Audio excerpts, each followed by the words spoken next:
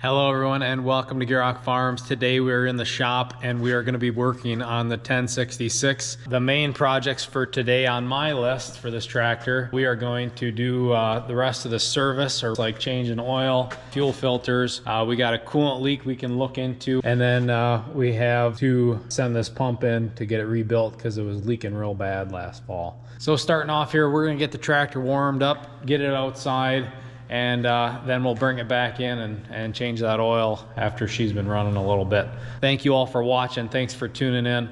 All we ask in return for putting these videos out is that you share it with your friends. Hit the like button if you enjoyed it. Leave a comment if you want to let us know something. Always remember, subscribe so you can stay up to date with our videos. But anyways, let's get the tractor started and get some work done on it today.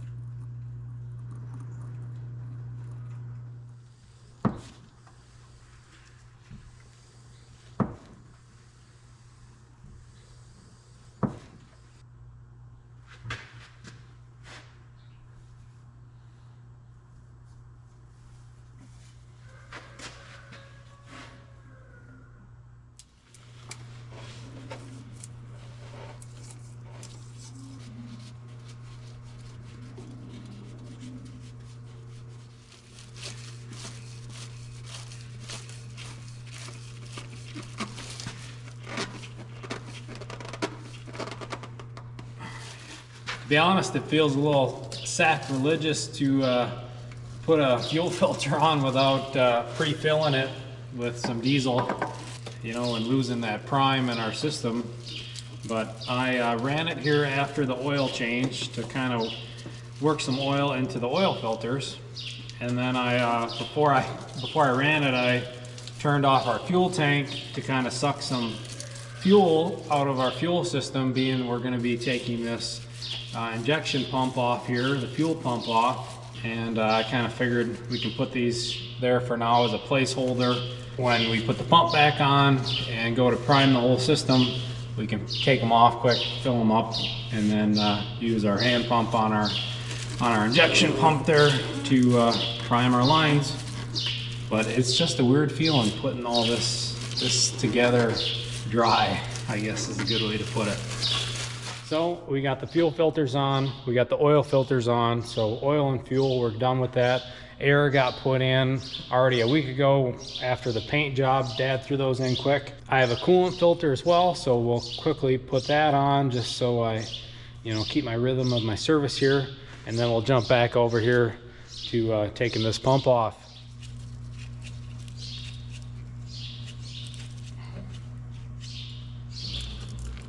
All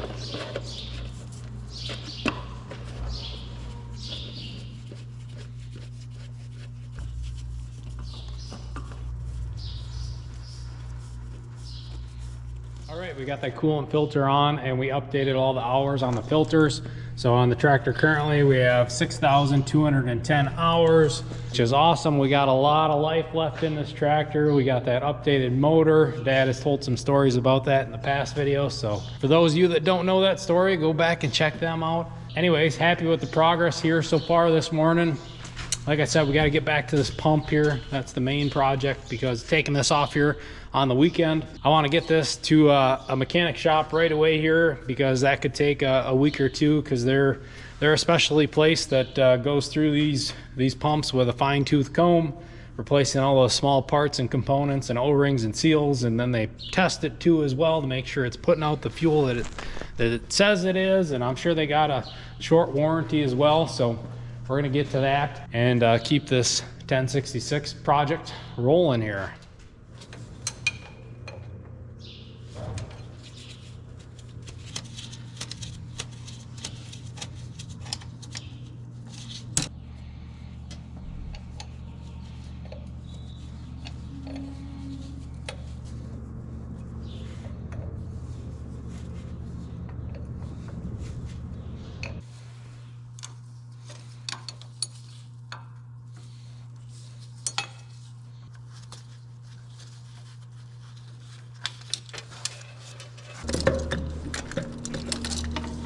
Oh yeah.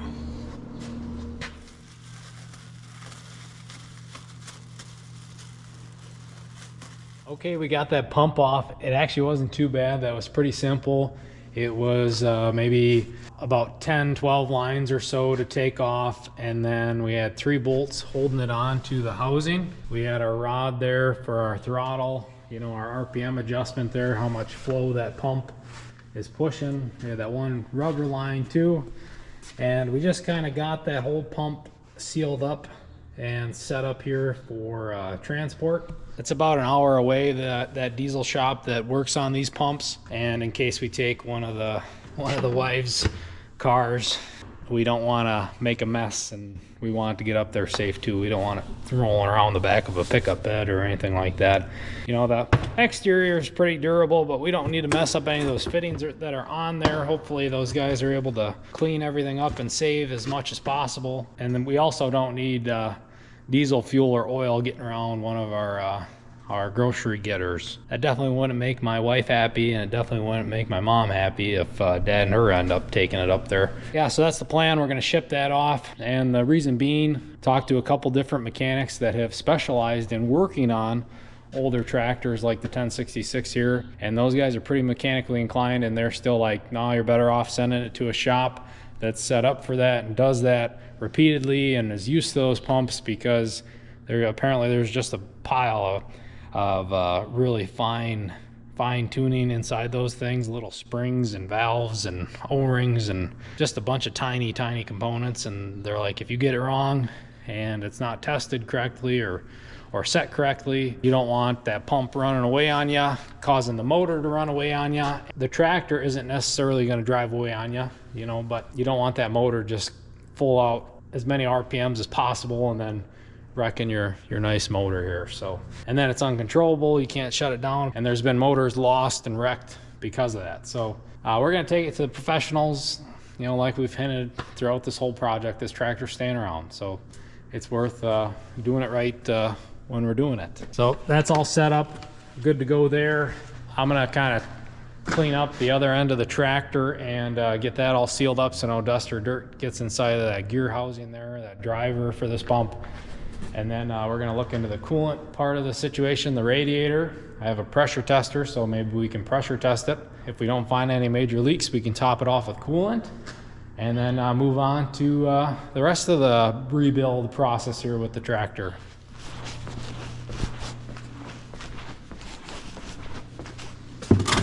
I want to remind you guys to check us out, GierokFarms.com. Summer is right around the corner. Go get yourself one of our awesome hats.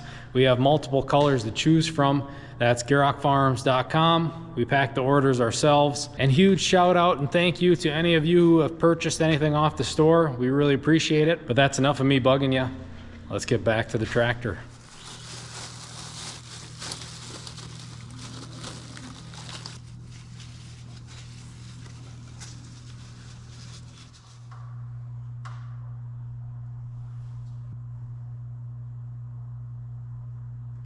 I don't think that could have worked out any better. I only had full strength coolant, so I had to try to do a 50-50 mix. And when we added the rest of our water to get that percentage of a mix, we reached the top of the cap there on the radiator, so we're topped off there. I didn't leave the pressure tester here like I thought I did. It's at my house, so one day I'll have to throw the pressure tester on her, or we'll just have to keep checking the coolant for a while here when we start using it this summer, and keep an eye on that. Maybe just a couple fittings here and there that are dripping, you know, over time, and that adds up over a couple of years. But fingers crossed on that one that we don't have a bad leak in the radiator or an issue internally in the engine, which we shouldn't be. The engine's pretty new when it comes to hours, total hours. So anyways, we're gonna move on to some lighting here for this afternoon, working on this awesome tractor. So I'll update you guys as we go along.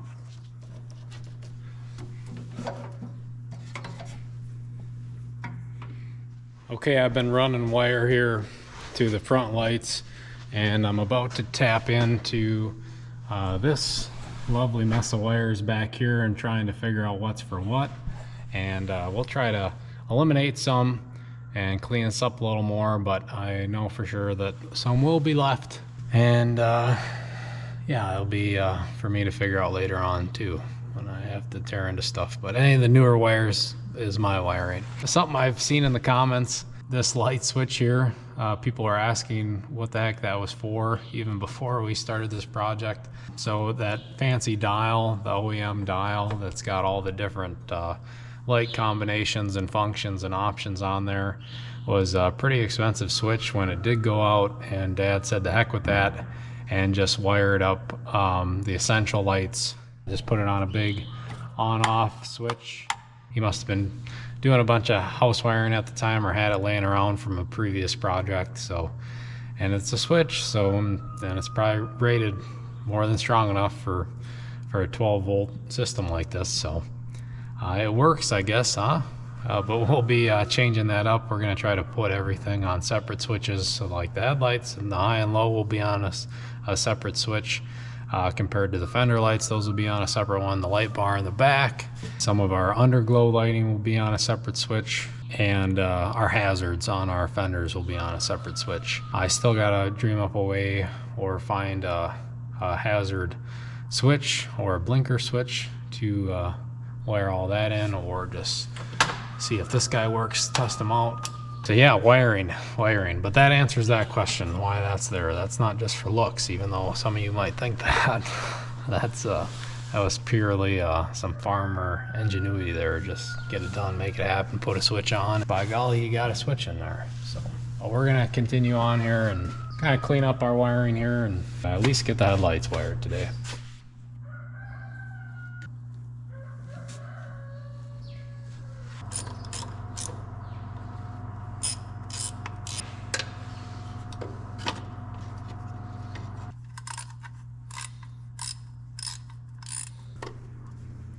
On this episode of Home Improvement, we're going to look at this light switch here and get her all buttoned up. That's definitely one trade that I wish I could improve on a bit more, is some home improvement stuff like carpentry, electrical, plumbing, things like that. That would, I think those skills would be nice to sharpen a little bit. Just a little bit of personal info to share with you guys.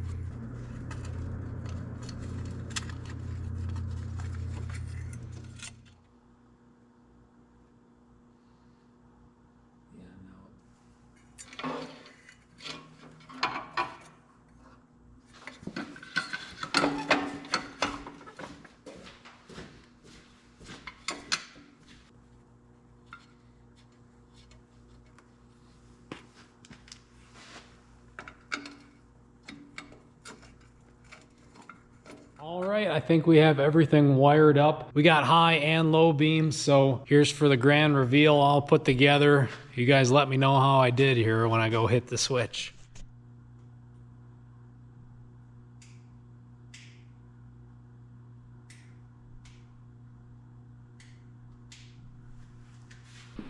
Wow, that is sharp. I love that. Man, that is pretty. Gosh, I think the low beams alone, just one of those lights, probably put out more than all those halogens combined did. Man, that's gonna be sharp. She looks nice. And then back here we got a nice two-way switch. So we got high beam, low beam, and then the constant power off of that is actually hooked to key power, which is really nice. This one's going to be constant without key power, but that's okay because eventually we're going to put a whole disconnect on this battery. But yeah, so I got two hot sources with an inline fuse here right now with what I have wired up. I got an extra, I got a third hot here, and then the fourth one's being used for headlights. So we got plenty of options, I guess is a good way to put it. I'm kind of running out of time for the day. We'll be continuing on with this project. I'm very happy though, we hit a couple big milestones, got a really good jump on the wiring. Thank you all for tuning in. Remember, like, share, comment, and subscribe if you haven't already. Check out the rest of the videos when it came to us working on this 1066, and we will see you all in the next one.